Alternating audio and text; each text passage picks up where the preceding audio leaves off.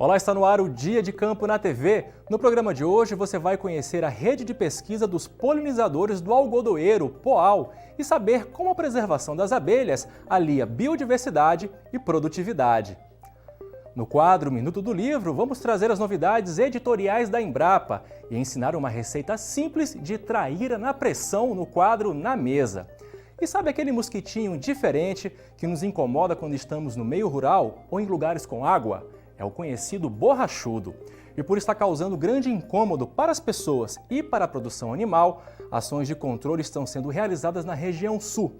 Confira no quadro Repórter em Campo o que deve ser feito para não ter tanta dor de cabeça com a presença do borrachudo.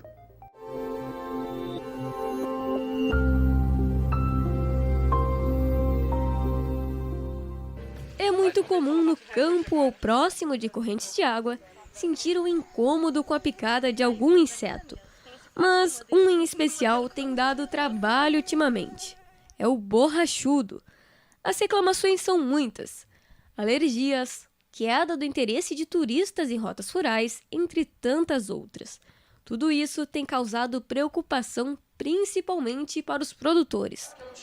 E para tentar ajudar no problema, a Emater Regional Pelotas realizou uma capacitação a seus extensionistas sobre o controle deste inseto. Por estarem prejudicando a qualidade de vida, tanto das pessoas, de algumas comunidades, como também dos próprios animais.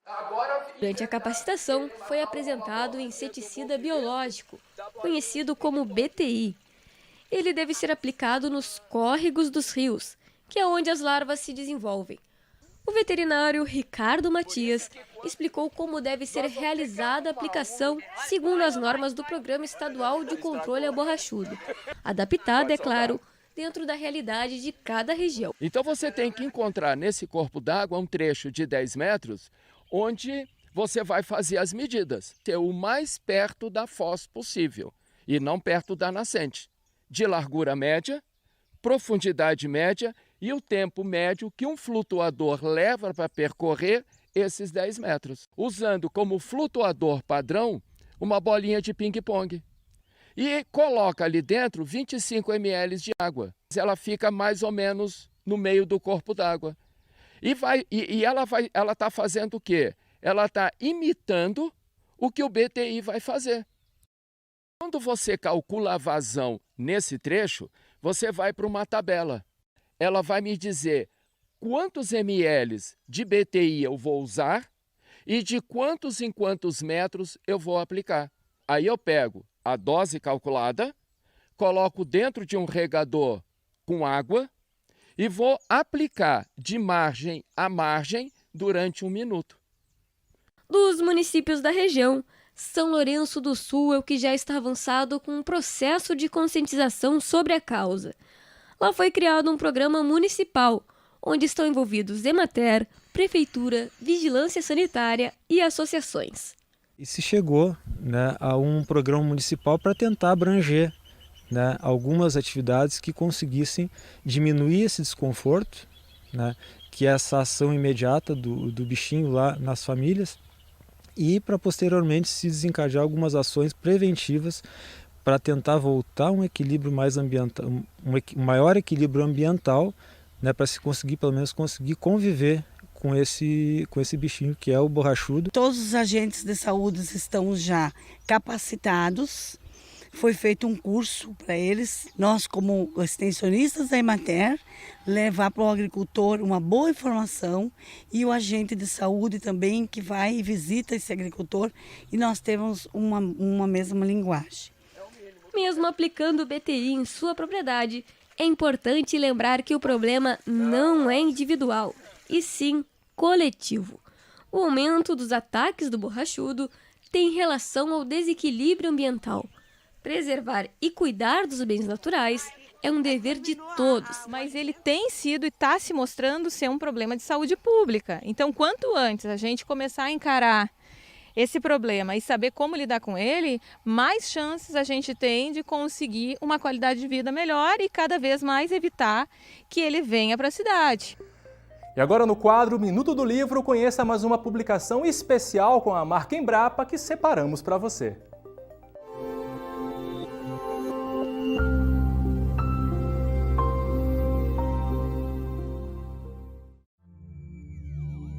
Aplicação de Descritores Morfoagronômicos é um manual prático que tem como objetivo contribuir com a melhoria do instrumento legal para a proteção de cultivares de maracujazeiro azedo. O trabalho é resultado da cooperação entre o Serviço Nacional de Proteção de Cultivares, do Ministério da Agricultura, e o Grupo de Pesquisa Maracujá, da Embrapa. Para adquirir essa e outras publicações, acesse o endereço eletrônico da Livraria Embrapa, embrapa.br/livraria. E quase todo mundo sabe que o mel é um produto elaborado pelas abelhas a partir do néctar coletado nas flores. O que poucas pessoas sabem é que a importância desses insetos vai muito além do mel. As abelhas desempenham um papel crucial na agricultura como insetos polinizadores, pois mais de 70% das plantas utilizadas no consumo humano dependem desse serviço. Na primeira reportagem, vamos saber mais sobre a importância desses pequenos seres para o nosso dia a dia. Confira! Quase todo mundo conhece os benefícios do mel para a alimentação. Saboroso e nutritivo, esse alimento faz as vezes do açúcar com muito menos quantidade de carboidrato, além de conter cálcio, fósforo, manganês, vitaminas B e C. Para se ter uma ideia, uma colher de sopa de mel corresponde ao valor nutritivo de 2 bananas. A produção de mel movimenta mais de 300 milhões de reais no Brasil. O que poucas pessoas sabem é que, além de produzir o mel nosso de cada dia, as abelhas são insetos polinizadores capazes de aumentar e muito a produtividade agrícola. Aliadas a outros insetos e animais, as abelhas têm responsabilidade direta no aumento da produtividade agrícola. Das 141 espécies de plantas cultivadas para uso na alimentação, produção animal, biodiesel e fibras, cerca de 60%, ou seja, 85 espécies, dependem em diferentes graus da polinização feita por animais. No caso do maracujá, por exemplo, essa dependência é de 100%. Mas mesmo quando a dependência é leve ou moderada, a polinização é sempre uma aliada da produção de alimentos. Estima-se que o valor econômico da polinização feita por animais, especialmente abelhas, corresponde a 10% da produção agrícola. No entanto, os processos de expansão das áreas de produção e intensificação da agricultura têm ameaçado a biodiversidade e os serviços ecossistêmicos, incluindo a polinização feita pelas abelhas. O mundo inteiro, especialmente países da Europa e Estados Unidos, assiste atônito ao desaparecimento crescente de colônias de abelhas, especialmente a Apis mellifera, que é a abelha europeia. Essa espécie, a mais utilizada para a polinização de plantas cultivadas, adapta-se facilmente a diferentes ecossistemas, formas de manejo e é generalista na busca de recursos.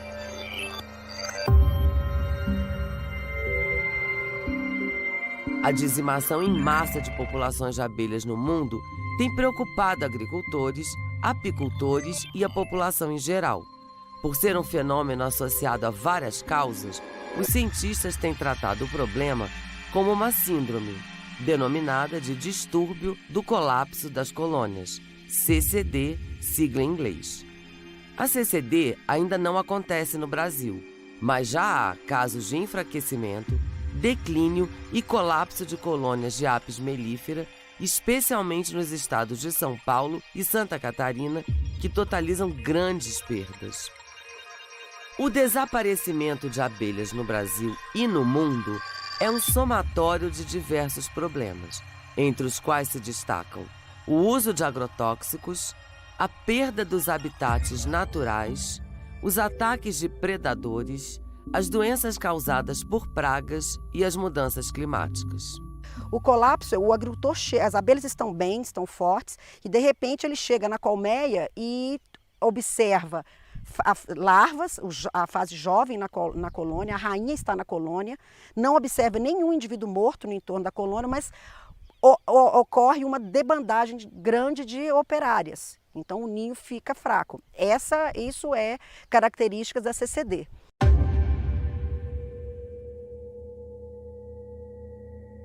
Cultivar o algodão em consórcio com outras culturas, isso fornece fonte de alimento alternativo, né, para as abelhas.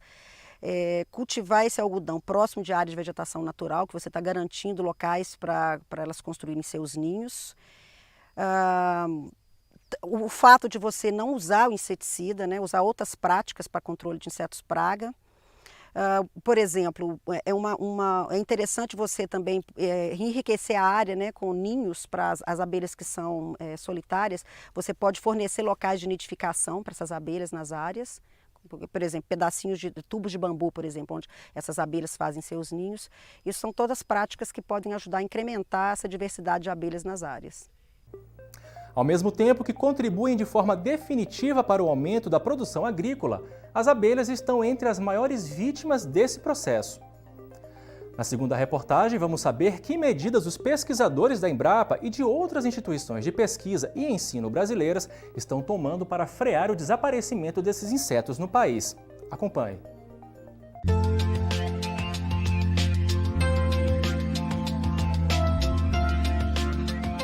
Existem cerca de 1.700 espécies de abelhas que atuam como polinizadores em 89% da flora nativa. O comportamento das abelhas em ambientes naturais já é bastante conhecido no mundo, mas de alguns anos para cá, tornou-se necessário investir em ações para avaliar a importância desses polinizadores em ambientes agrícolas. Com o objetivo de promover essas iniciativas nos países em desenvolvimento, a Organização das Nações Unidas para a Alimentação e Agricultura, a FAO, convidou o Brasil a fazer parte de um projeto internacional intitulado Conservação e Manejo de Polinizadores para a Agricultura Sustentável através de uma abordagem ecossistêmica. O projeto, aprovado pelo Fundo Mundial para o Meio Ambiente, começou em 2010 e teve duração de 5 anos em um orçamento de 12 milhões de dólares, sendo 3,5 milhões de dólares destinados ao Brasil. Também participaram do projeto a África do Sul, o Quênia, Gana, Índia, Paquistão e Nepal. O objetivo da FAO com a execução desse projeto foi monitorar o declínio de polinizadores no mundo e identificar práticas de manejo sustentáveis que diminuam os impactos negativos das atividades humanas sobre eles. No Brasil, a ação foi coordenada pelo Ministério do Meio Ambiente e contou com a participação de universidades e da Embrapa, com o principal intuito de conciliar a conservação da biodiversidade de polinizadores com a necessidade de segurança alimentar global. Para isso, o projeto Rede de Polinizadores do Brasil abrangeu 7 iniciativas voltadas ao monitoramento da ação de abelhas nas culturas de algodão, melão, castanha do Brasil, tomate, caju, maçã e canola. Dessas, 3 foram coordenadas pela Embrapa: algodão, melão e castanha do Brasil. Então, eu considero 2 resultados muito importantes desses projetos. Primeiro, ampliou o nosso conhecimento acerca da fauna de abelhas associada aos ambientes agrícolas. Um outro ponto importante, né, em termos de resultado, foi também que, paralelo a esse conhecimento de quem visita as flores, foi feito também nessas 7 culturas uma avaliação do papel dessas abelhas para a produção. E esse resultado ele gerou, além de trabalhos técnicos científicos publicados em revistas, uma série de documentos técnicos voltados para produtores, técnicos e estudantes, justamente falando de como manejar suas áreas para incrementar esse número de espécies de abelhas e propiciar um aumento de produção. Então eu considero dois avanços muito importantes, que é conhecer a fauna e o outro, avaliar quanto que essa fauna associada aos ambientes agrícolas podem favorecer a produção. Além disso, um outro resultado importante é que todo esse conhecimento ele pode ser usado na formulação de políticas públicas. O projeto Rede de Polinizadores do Brasil resultou na identificação de 307 espécies de abelhas relacionadas às 7 culturas agrícolas estudadas. Um número impressionante, quando comparado a um levantamento feito com 40 cultivos de importância econômica para o país, que identificou 387 espécies desses insetos. Os projetos resultaram em publicações para auxiliar produtores brasileiros na adoção de práticas de manejo que beneficiem os polinizadores. Todas elas estão disponíveis para downloads na página do Ministério do Meio Ambiente.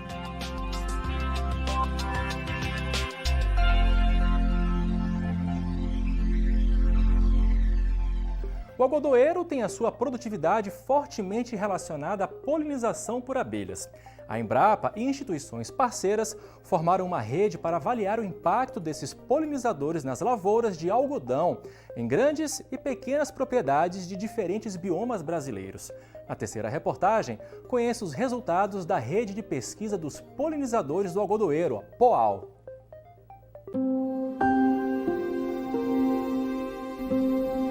Uma das iniciativas do projeto Rede de Polinizadores foi conhecer melhor a importância da polinização por abelhas na cotonicultura. Uma das 10 culturas agrícolas mais importantes do mundo, o algodão tem enorme destaque no Brasil, que é hoje o 5º maior produtor mundial. O produto é cultivado no país por pequenos e grandes produtores a partir de diferentes sistemas de produção e em regiões com condições ecológicas diversas. O algodoeiro não é diretamente dependente da polinização cruzada promovida pelas abelhas, mas é uma cultura bastante visitada por elas, com resultados positivos para o aumento da produtividade. Ao mesmo tempo, é muito suscetível ao ataque de insetos pragas, como o bicudo do algodoeiro, por exemplo. Nessa disputa por espaço, quem leva pior são as abelhas, que acabam sendo vítimas indiretas da aplicação de agrotóxicos. Nos cultivos orgânicos ou agroecológicos, não é permitida a utilização de inseticidas químicos, sintéticos, digamos assim. Então, com isso, a gente tem que de lançar mão de várias estratégias para a convivência com as pragas. O cultivo consorciado, o policultivo, já é considerado uma estratégia de convivência com as pragas. Porque ele diminui a concentração de um determinado recurso. Quando a gente planta na faixa, então a gente não... uma praga como o bicudo, em vez de ela ter 1 hectare inteirinho para se dispersar e se alimentar, ela vai estar restrita às faixas. Então, com isso, facilita muito para o agricultor, principalmente o agricultor familiar, que não dispõe de tantos recursos, facilita muito para o manejo dessas pragas, desse tipo de praga muito específica e muito agressiva. Além dessa estratégia da consorciação, utiliza-se também algumas outras práticas culturais, como catação dos botões florais, época de plantio determinada, coisas que já fazem parte, digamos assim, de um arcabouço tecnológico para a convivência com as pragas do algodoeiro. Nessa consorciação, nessa mistura, digamos assim, de espécies, você tem muitos benefícios para o manejo das pragas. Especificamente o bicudo do algodoeiro, que é considerada a praga mais importante do algodão para o algodoeiro no Brasil. O projeto Rede de Pesquisa dos Polinizadores do Algodoeiro, executado em parceria entre a Embrapa, Universidade Estadual de Minas Gerais, Universidade de Brasília e o projeto Dom Helder Câmara, da Secretaria Especial de Agricultura Familiar e do Desenvolvimento Agrário, avaliou a importância das abelhas para a cotonicultura em 3 biomas, nos quais o algodão tem grande expressão econômica e social: o Cerrado, o sul da região amazônica e a Caatinga, durante 3 anos, de 2010 a 2012. O projeto concentrou seus estudos em 2 domínios fitogeográficos brasileiros, nos quais o plantio de algodão tem grande expressão econômica, social e cultural: o Cerrado e a Caatinga. Na Caatinga, o cenário estudado foi o sistema de cultivo agroecológico em pequenas propriedades em 2 regiões. Uma, onde o ambiente natural já está mais degradado pela ação antrópica, em Remígio, na Paraíba, e outra, em que o ambiente natural ainda se encontra relativamente bem preservado, nos municípios de Sumé e Prata, também na Paraíba. No Cerrado, 2 cenários foram observados: o sistema de cultivo convencional, em grandes extensões com alto grau de mecanização e uso intensivo de insumos agrícolas em Sinop, Mato Grosso e Cristalina, Goiás. E o cultivo convencional com baixo nível tecnológico em pequenas propriedades em Mundo Novo, Goiás, sem aplicação de inseticidas. Nós trabalhamos nesse projeto em grandes áreas de produção e em pequenas áreas de produção. Nas grandes áreas, nós medimos a abundância e diversidade de abelhas perto de fragmentos de mata e longe de fragmentos e verificamos que perto de mata, apesar da área ter uma baixa diversidade e abundância de abelhas, mesmo assim a gente verificou um maior número de espécies próximas de mata do que no centro das áreas. E quando nós avaliamos a produtividade, número de sementes, porcentagem de fibra, peso de capulho, nessas áreas próximas de mata, nós tivemos um incremento de produção. E um resultado interessante foi que nós pegamos a produtividade dessa fazenda, era uma fazenda de quase 5.000 hectares de produção no Mato Grosso. Quando nós pegamos a produção dos diferentes talhões nessa fazenda e jogamos com os dados que nós conseguimos no projeto, a gente viu que se a fazenda tivesse homogeneamente a presença de 4 espécies de abelhas diferentes, Apis mellifera mais 3 abelhas silvestres, eles poderiam ter um incremento de até 27% de produção. Seria quilograma de pluma por hectare. Esse resultado, que é um resultado indireto de valoração do serviço de polinização feito pelas abelhas, ele foi comprovado através de um experimento de exclusão, onde nós ensacamos flores, não deixando as abelhas visitarem essas flores, e deixamos flores abertas. Esse experimento foi feito numa área de pequena produção na Paraíba, onde o produtor não aplica nenhum tipo de inseticida.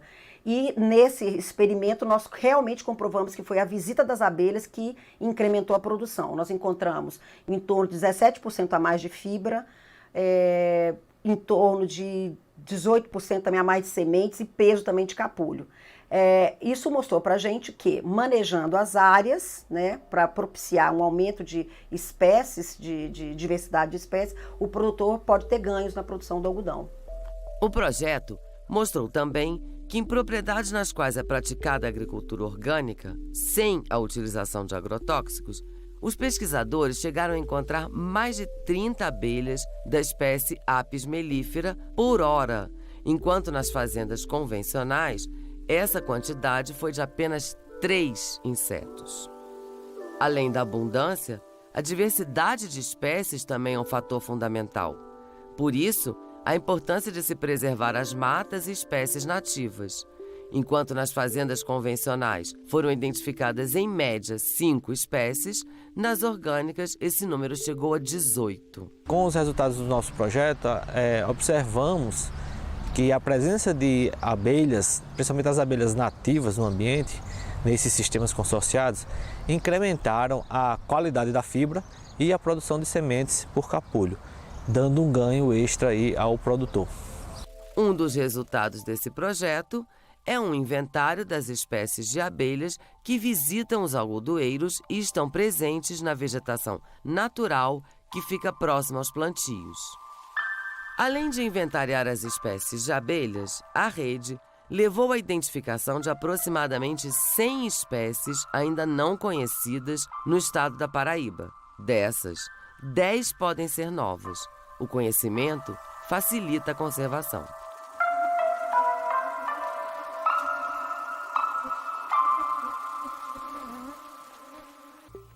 A criação de abelhas sem ferrão é uma opção rentável e sustentável para quem pensa em empreender.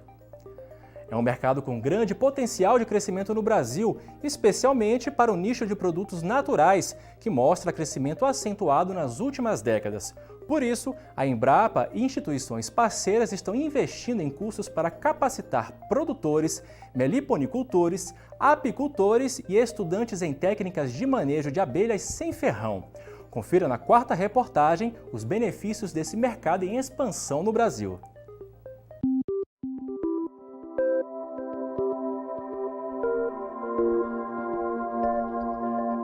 Meliponicultura é a criação de abelhas sem ferrão com potencial para a polinização de plantas de interesse agrícola.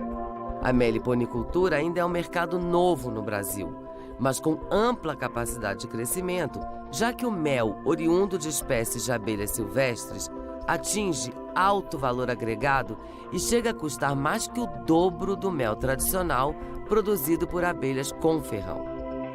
Além do mel, a meliponicultura abrange também a produção e a comercialização de colmeias, pólen, resinas, própolis e outros substratos. Aliada à importância econômica, ambiental e social, a atividade apresenta ainda como vantagem o fato de não precisar de cuidados intensivos e investimentos elevados para a construção de meliponários, sem falar que pode ser desenvolvida em áreas residenciais, já que as abelhas sem ferrão não apresentam riscos. O segmento de produtos naturais tem crescido de forma significativa no Brasil, 20% em média contra 8% no resto do mundo. Prova disso é que o país já é o 5º maior mercado de alimentos e bebidas saudáveis, com volume de vendas superior a 25 bilhões de dólares em 2015.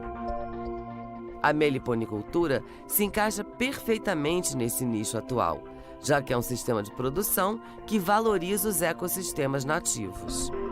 Em 2017, a Embrapa Recursos Genéticos e Biotecnologia promoveu, em parceria com a Fundação de Apoio à Pesquisa do Distrito Federal, FAPDF, o primeiro curso sobre biologia e manejo de meliponíneos para polinização de plantas de interesse agrícola. O curso reuniu mais de 90 pessoas, incluindo produtores, trabalhadores rurais, apicultores, meliponicultores, técnicos e estudantes das áreas de biologia, engenharia agronômica e florestal, zootecnia e veterinária. O crescimento da meliponicultura mostra que as abelhas sem ferrão são uma excelente alternativa de negócio e principalmente um ativo sustentável que merece atenção. A meliponicultura no Brasil está crescendo e se desenvolvendo muito rápido. O meliponicultor, ele é um protetor das abelhas nativas, pois quando ele cria essas abelhas, ele conserva e protege elas no seu meliponário. Só por ele ter a sua abelhinha, uma caixinha de abelha no seu quintal, na sua casa, ele já é um protetor da natureza, porque essa abelha ela vai se dividir sozinha e vai voltar para a natureza. Outro enxame vai surgir daquele que ele já tem na sua casa. Todo ano esse enxame vai se reproduzir e vai voltar para a natureza, se ele não mesmo dividir e ter outras caixas. Então o meliponicultor, ele preserva as abelhas nativas, ele é o guardião dessas abelhas. Existem estudos de que em alguns estados brasileiros só existem algumas espécies de abelhas com meliponicultores, na natureza ela não existe mais. Além do potencial mercadológico, a meliponicultura pode contribuir significativamente para a preservação das abelhas com a sua inserção no mercado produtivo. A perda desses polinizadores pode sair cara para todos nós. A polinização é um dos principais mecanismos de promoção da biodiversidade na Terra. A manutenção da diversidade de polinizadores contribui para a nossa diversidade de alimentos e qualidade de vida. A ausência de polinizadores pode comprometer a segurança alimentar e repercutir negativamente na economia com a diminuição da produtividade das culturas. Portanto, é necessário que as instituições de ensino e pesquisa, em parceria com os produtores, invistam cada vez mais em práticas de manejo agrícola sustentáveis, como controle biológico, conservação e restauração de áreas naturais, para otimizar os serviços de polinização nos sistemas agrícolas.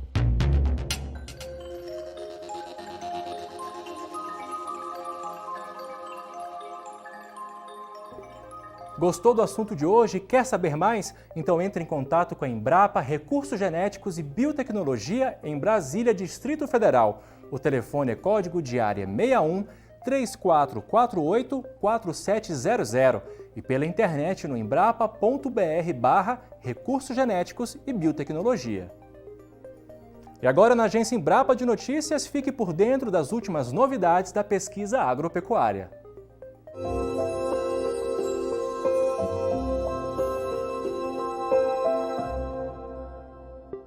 Máquina limpa tomate sem o uso de água. O equipamento é móvel e compacto voltado para pequenos produtores. A tecnologia permite classificar frutos e hortaliças no próprio campo e contribui para a redução de perdas no pós-colheita. Além disso, é uma alternativa para os agricultores que têm pouco acesso à tecnologia automatizada. A máquina deverá estar disponível no mercado no final de junho. Ferramenta permite o cálculo simples de custos da pecuária de corte, o que facilita a vida de pecuaristas. Chamado de Custobov, o sistema realiza o cálculo do desempenho econômico da propriedade e fornece ao produtor análises para o controle financeiro. O aplicativo pode ser usado também em processos de planejamento e tomada de decisões. Pesquisa busca preservar o algodão silvestre nativo do Brasil. Ele não tem interesse econômico, pois suas fibras são curtas, mas é de grande utilidade para estudos científicos. Pode ser cruzado geneticamente com outras espécies, contribuindo para o melhoramento de plantas convencionais. Segundo os cientistas, o algodão silvestre é fonte de estudo para a resistência de pragas e doenças. Para saber mais, acesse a Agência Embrapa de Notícias e assine o boletim para receber toda semana as informações sobre as novidades da pesquisa agropecuária.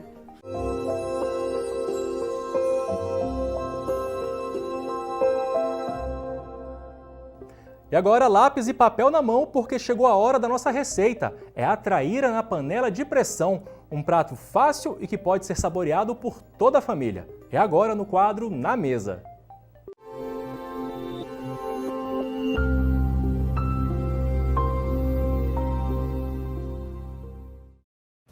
Olá amigos, hoje nós vamos apresentar uma receita tradicional aqui da família, da região, da família Schiavon, que é um peixe que é feito na panela de pressão.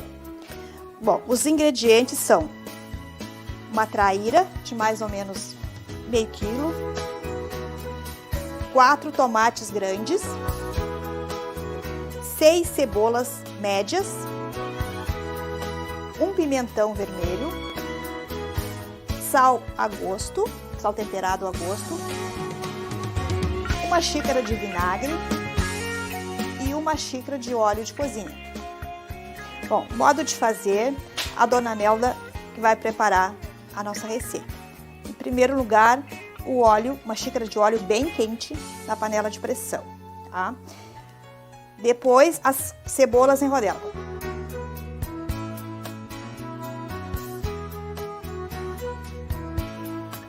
Em seguida, as rodelas de tomate.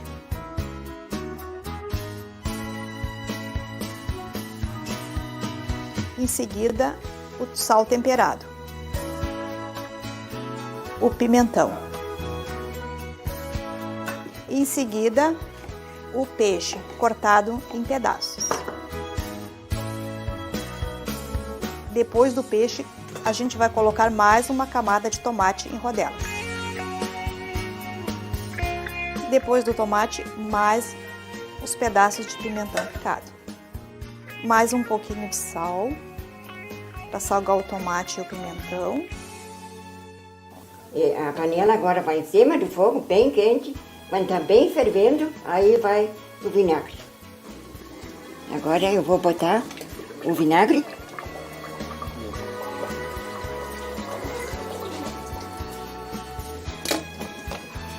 Que ferve 1 hora, tá pronto.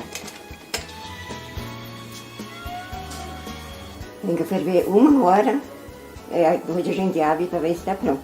Às vezes tá, às vezes não tá, porque o peixe tá muito grosso, então tem que ferver um pouco mais.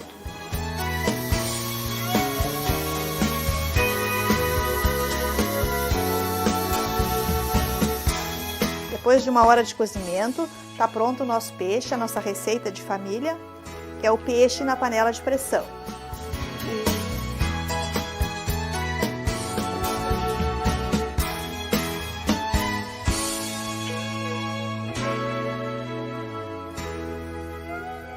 E no quadro Sempre em Dia, conheça uma experiência com o sistema ILPF, com destaque para a recuperação de pastagens degradadas, ganhos de produtividade nas atividades agrícolas e pecuárias e a implantação do componente florestal na propriedade. Acompanhe.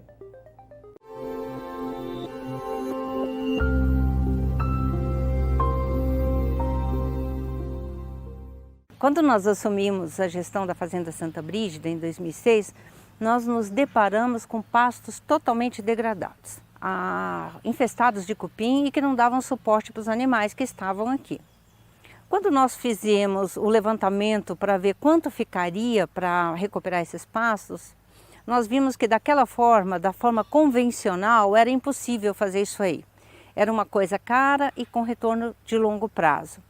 Então nós resolvemos procurar a Embrapa para ver se eles conseguiam nos orientar sobre isso.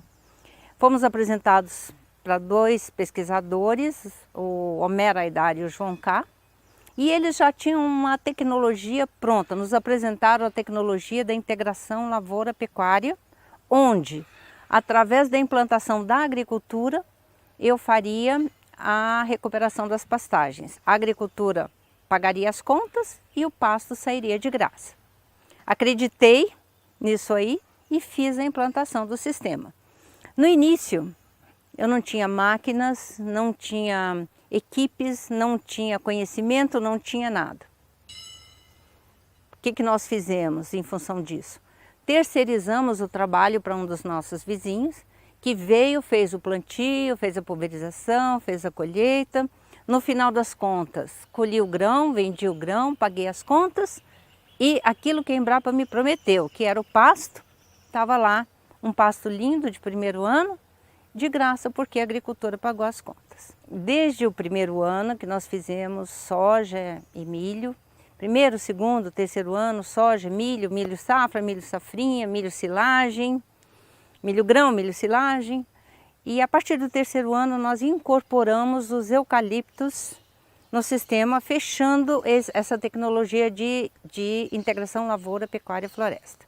Uma coisa que a gente observou nessa tecnologia, nesse trabalho que a gente fez durante esses anos todos, é que esse sistema me permite fazer um boi barato. Que esse boi que eu produzo nesse sistema, nesse pasto de primeiro ano que vem do ILPF, é um boi barato, porque ele me custa R$55 a arroba e a gente está vendendo a arroba aí por R$140. Esse sistema me permite fazer o boi barato porque eu tenho o pasto de primeiro ano com alto teor de proteína todos os anos.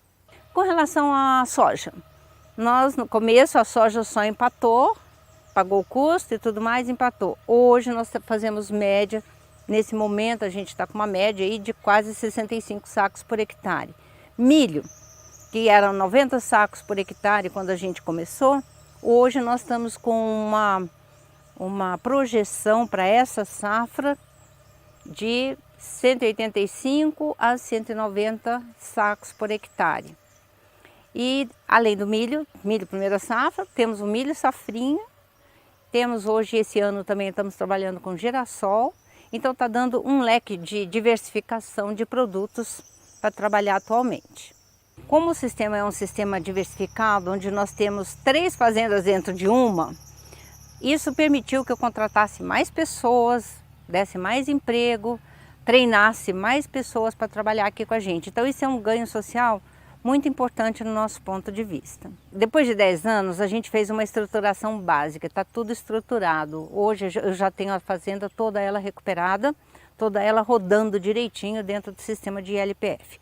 Tudo que eu quero agora é aumentar o valor agregado em cada um dos itens. Eu tenho que aumentar o valor agregado intensificando a produção de soja, intensificando a produção de milho na mesma área, lógico, intensificando, aumentando. Eu quero fazer a carne, nós queremos passar para fazer um cruzamento industrial, um valor agregado na carne, um valor agregado nas árvores que nós vamos fazer, conduzindo para a madeira essa árvore, mostrando que nós aqui dentro somos sustentáveis, que nós fazemos uma produção sustentável e que somos, portanto, confiáveis.